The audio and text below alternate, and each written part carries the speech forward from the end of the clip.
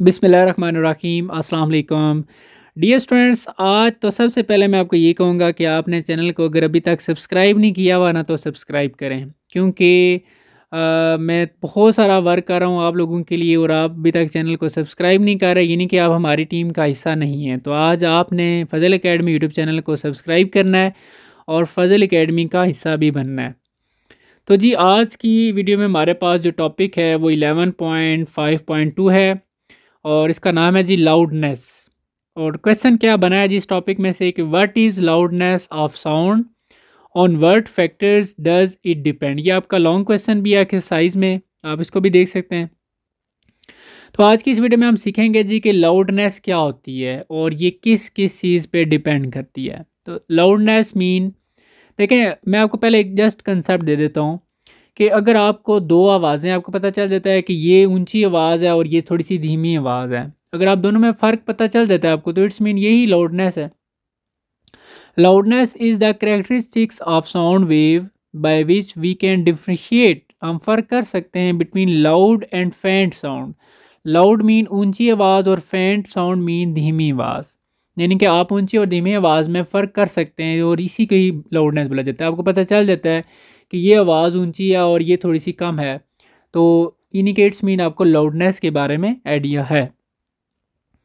अब लाउडनेस कब ज़्यादा हो सकती है, किस चीज़ के ज़्यादा करने से लाउडनेस ज़्यादा हो सकती है या किस चीज़ के कम करने से लाउडनेस कम हो सकती है, तो ये इनको फैक्टर्स बोला जाता है। तो अभी हम देखते हैं, यहाँ पर हम 4 फैक्टर स्टडी करेंगे जो कि आपकी बुक में हैं।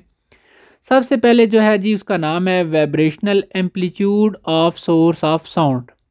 देखें यहाँ पर in simple words amplitude of source इसलिए बोला गया कि जिससे आवाज़ आ रही है, सोर्स ऑफ साउंड यानी कि साउंड का सोर्स जिससे आवाज़ आ रही है उसका एम्पलीट्यूड। अगर अब मैं बता देता हूँ कि एम्पलीट्यूड का लाउडनेस के साथ डायरेक्ट रिलेशन है। देखें मैंने लिखा है amplitude has direct relation with loudness. मतलब ये हुआ कि एम्पलीट्यूड ज़्यादा होगा तो लाउडनेस भी ज़्यादा होगी, एम्पलीट्यूड कम होगा तो लाउडनेस भी कम होगी। इसी चीज़ को मैंने लिख दिया है कि it's mean when amplitude is greater, अगर एम्पलीट्यूड ज़्यादा होगा then loudness is greater, then loudness भी क्या होगी, ग्रेटर होगी या हाई होगी। व्हेन एम्पलीट्यूड इज़ लेस, अगर एम्पलीट्यूड कम है देन लाउडनेस इज़ लेस या लो। तो ये आपको उम्मीद है समझ आ गया होगा। मैं एग्जांपल दे देता हूँ ताकि आपको ये अच्छे से समझ आ जाए कि जैसे कोई गिटार है ऐसी है जिसमें आप यूँ उसको खींचते हैं, खींच के यूँ छोड़ देते हैं।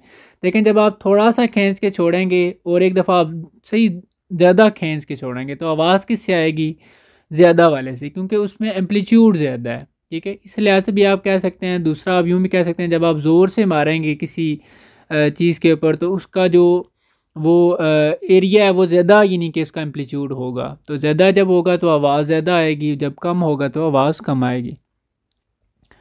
अब इसका जो दूसरा पॉइंट है वो ये है कि surface area of source of sound, यानी कि सरफेस एरिया। मैं एग्जांपल दे देता हूँ फिर आपको ये समझ आ जाएगा। जैसे एक होता है ढोल और एक होती है ढोलकी। अब आपको पता है ढोल मीन वो जो बड़ा सा होता है, ढोलकी वो जो छोटी सी होती है। अब आवाज़ किससे ज़्यादा आती है, उस बड़े ढोल से। क्यों? क्योंकि उसका सरफेस एरिया ज़्यादा होता है।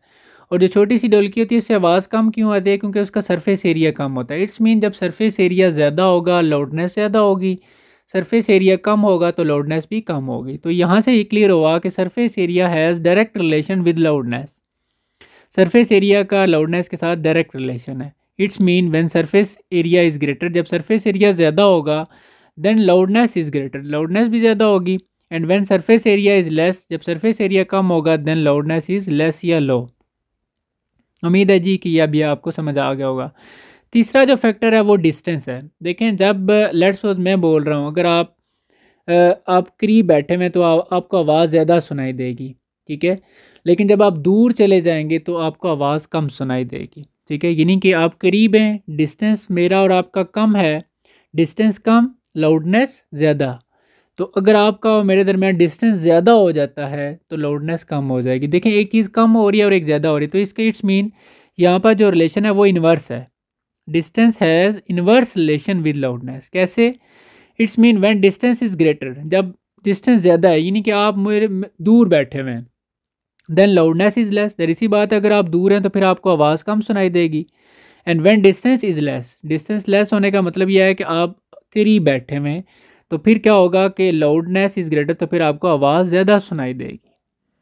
और उसके बाद लास्ट फैक्टर है जी हमारे पास sensitivity of ears of listener, यानी कि जो बंदा सुन रहा है उसके कान की सेंसिटिविटी, यानी कि सुनने की समात कितनी अच्छी है। अगर जैसे बूढ़े बूढ़े लोग होते हैं उनकी थोड़ी सी समात, सुनने की समात व सेंसिटिविटी कम हो जाती है, ठीक है। तो यूँ हम कह सकते हैं कि sensitivity has direct relation with loudness. अगर सेंसिटिविटी ज़्यादा है तो लाउडनेस और आवाज़ भी ज़्यादा सुनाई देगी। अगर सेंसिटिविटी वो समात इतनी नहीं है तो फिर आवाज़ भी कम सुनाई देगी। It's mean more sensitive years, जो ज़्यादा सेंसिटिव ईयर होगा कैन फील, वो फील कर सकता है मोर इफेक्ट ऑफ लाउडनेस, तो यानी कि उसे आवाज़ ज़्यादा यानी कि सुनाई देगी। तो ये थे जी हमारे पास 4 फैक्टर और ये टॉपिक हमारा कंप्लीट हो जाता है।